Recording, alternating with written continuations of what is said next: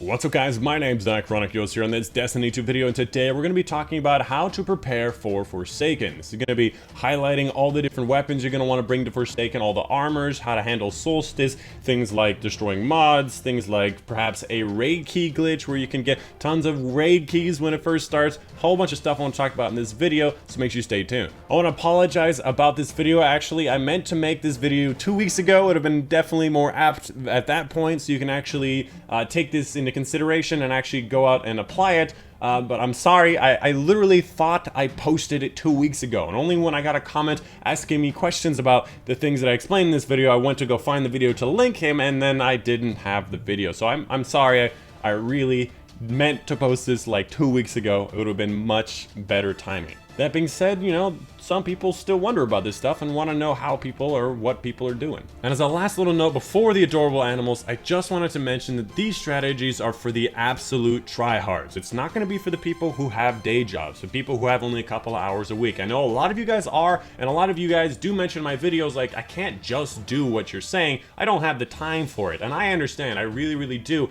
I personally do this for a living, so I obviously have the time. I literally have to make the time. This video is going to outline a lot of things that's going to take a lot of time to do, a lot of grinding, and a lot of preparation. So if you are one of those people who don't have a lot of time, this video is probably not going to apply to you. And if that stresses you out or makes you feel bad in any way, don't worry, I got you hooked up. We got cute and adorable penguins on screen for you right now. So if you're feeling a little stressed out for Forsaken, not knowing what to have, what to use, what to bring with you, I got you covered with this video, and I got you covered with the penguins. Shout out to my homies in Antarctica.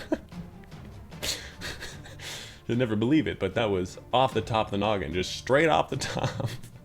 Let's go ahead and talk about the weapons you're going to want to keep, the weapons you want to have 3 of, and the weapons that just don't matter when coming to Forsaken. There's a lot of things to consider, but the biggest thing you have to consider is you have to imagine in Forsaken, there's going to be random rolls. So when it comes to considering certain weapons, you have to imagine that there's a lot more things that are possible in Forsaken, and a lot of weapons are going to be thrown by the wayside, whereas previously they were amazing. For example, the Better Devils, my favorite weapon right now, is an amazing weapon. However, as soon as you find a single hand cannon at 140 RPM with explosive rounds, you're probably going to find one with a better second perk. Perhaps one with Outlaw, perhaps one with Kill Clip, Rampage, Drop Mag. Anything that makes it reload faster is going to be a better version of the Better Devils in almost every way, because of the fact that getting explosive rounds is going to be random in Forsaken. You're probably also going to have a second perk that is going to be better than what we have here. Alternatively, things like the Inaugural Address have pretty much a god roll. They have Kill Clip and Outlaw, as well as some decent perks here. You're not going to find a lot of weapons that are going to be able to beat this, if you're going to find any at all. That being said, you're probably going to want 3 Inaugural Addresses, because having 3 of them, 1 of each damage type, means you can pretty much switch to any damage type you need,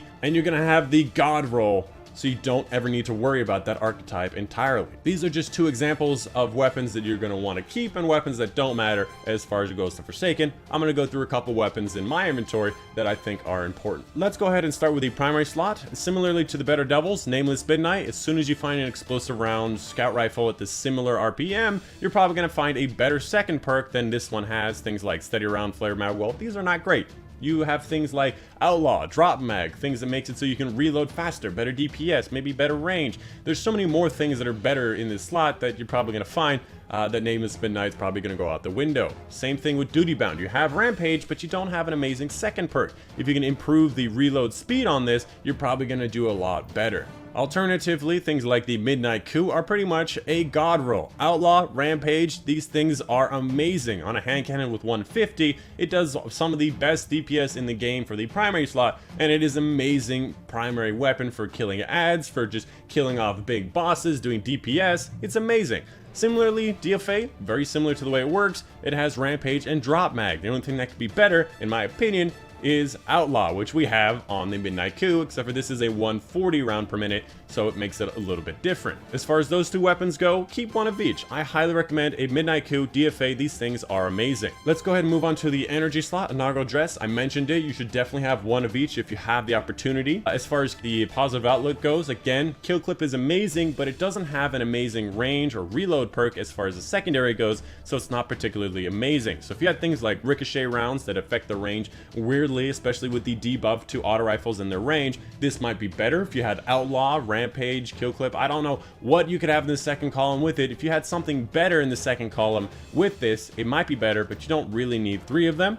As far as the Mononon goes, a big sore spot. I love the Mononon. I've used it for a very, very long time, but again, as soon as you find an explosive round scout rifle at 200 RPM, you're probably going to find a better second perk. There are so many better second perks in the second slot that you're probably going to find that there's going to be way more better weapons for this particular archetype, meaning I do not recommend having 3 Mononons because it's not particularly important. As far as the power slot goes, I highly recommend you get things like Whisper of the Worm as well as Acreus. Both of these weapons are amazing at what they do, high-powered power weapons that are both staying in the power slot, so you're going to see them still being a very powerful punching weapon, as well as getting the masterwork for the Whisper of the Worm. If you do not know how to get any of these things, look it up online. There's lots of guides out there. These weapons are amazing. Particularly, Whisper of the Worm is probably going to be the only power weapon you're going to need because it has such incredible damage. Look at its impact. It's maximum. Also, look at its catalyst. It does extra precision damage and bonus range while you remain zoomed in for a little while. That's box breathing from Darcy as well as the Ikello sniper rifle. This weapon does incredible amounts of damage, and on top of that, you could have infinite ammo with it as long as you're hitting precision damage shots. Incredibly powerful against bosses, things like Callus, Argos, Spires of Star. This thing rips it apart. As far as some of the legendaries go, Curtain Call is pretty much a god roll rocket launcher. You pretty much want 3 of these, 1 of each damage type. It has a better DPS than the Sins of the Past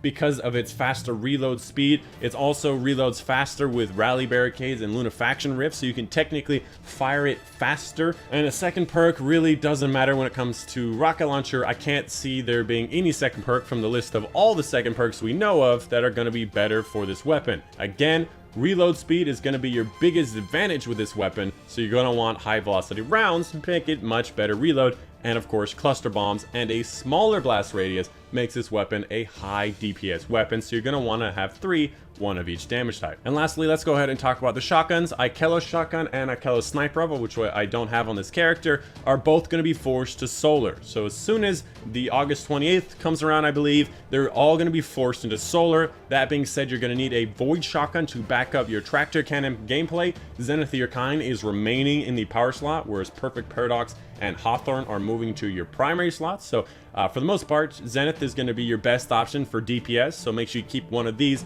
However, this weapon doesn't have any particularly amazing perks as far as the perks go, so you're probably going to find something quite quickly that is better than it. So with weapons out of the way, let's go ahead and talk about armors. But before we can talk about armors, we have to talk about mods, because pretty much all the mods that we know now, legendary and rare, will become obsolete. As I understand it, pretty much every single one of them will become obsolete. So if you made special armor sets for every different class, for every different subclass, like myself, all of those armor sets are pretty much going to become useless with the current system, and the new mod system will replace everything. You have to reslot everything as we go. Pretty much ignore the armor mods right now, just do everything you want as you want it. It really doesn't matter. And then finally, you're probably going to have to end up destroying all of your armor mods for legendary components to use on the new mod system. And that being said, you can probably wait till Forsaken if you're worried on whether or not it's true. But from what I've seen in the TWAB and all the news releases, all the mods are going out, and there's going to be a full set of new mods. But again, it will say it on the mods when Forsaken comes out, whether or not you can destroy them. As far as the armors go, because the fact that mods are all out the window, it does not matter to have multiple sets of armor. It does not matter to have the Solstice armor, in my opinion. A lot of people ask me all the time, is it worth it to grind for the Solstice armor to get to legendary? It'll give you up to 405 power. No, it's not worth it. Getting to legendary is such a hassle and such a huge grind. It is definitely not worth it. If you have a character that's 370 to 380 power, you are more than enough than you need. Pretty much you can make up that 20 to 30 power deficit within the first hour of play. And the reason I know this is because that's the way it's always been. As soon as you start the game, you're gonna get a bunch of blues that's gonna replace all of your armor entirely, and it's just gonna be very quick, very fast until you get to the soft cap, which is gonna be much higher this time since the total cap is at 600. Probably the soft cap is somewhere around like 520 to 550. And then finally, masterworking your Solstice armor. Again, don't do that. It does not matter. It's really not that significant. It's just something that we could do while we were waiting, which again made it so this video would have been a lot better if I made it 2 weeks ago. And the last thing I wanted to talk about today is gonna be raid keys. Now, many people understand these raid keys. You get them during the raid. You got to spend them on chests to get a random chance of exotics, legendaries, catalyst tokens. They're gonna be in the Leviathan, and if you don't use them in that week, they're gonna disappear straight out of your inventory. However, they don't disappear if they go to the postmaster. So if your inventory is full in that particular week, all your raid keys will funnel into your postmaster, and the next week, and the next week, and the next week, they will stay in your postmaster so long as you don't pull them out. In Warmind, I had a couple of buddies who did end up taking a bunch of raid keys. I think they took like 40 or 50 raid keys from before Warmind into Warmind through the postmaster, which means I know that it worked at that point, and I can only assume it's gonna work for Forsaken. Now, not a lot of people know about this. Is a big reason, a big leading reason that I know this is probably gonna work, but of course don't quote me on that because I don't know, because I'm not a game developer. So technically you can get 90 raid keys when you start off Forsaken, which means you can pretty much start off the game, max out your character up to the soft cap limit, and then right when you hit that limit, start doing raid keys and just get your level up like 50 levels from 90 raid keys, which is ridiculous. It will give you a significant advantage as far as raids go for World's First. It gives you a significant advantage over your friends if you want to just absolute tear them up. And it also probably give you every exotic in the DLC. So if you want to single-handedly end the DLC for you in the most swift way possible, doing this over the last few months is probably gonna be your best bet. That being said, again, I'm sorry, I meant to do this a while ago so that you could have prepared in time. But hey, you can get a few raid keys over, and that's probably what most of you are gonna do, is get a few of them, not worry about the rest. And that's it. That's the video for you guys today. Hope you guys did enjoy. Let me know in the comments down below if there's something big that I missed. There's probably some things that I missed, you know, maybe about sparrows and ghosts or whatever. But let me know if there's something big that I missed. And of course, if it is pretty big, I'll try to include it in the top pinned comment of the comment section. So check down there if you want to see more stuff. But yeah, that's the end of the video. My name has been Dychronic, and I'll see you guys on the next one.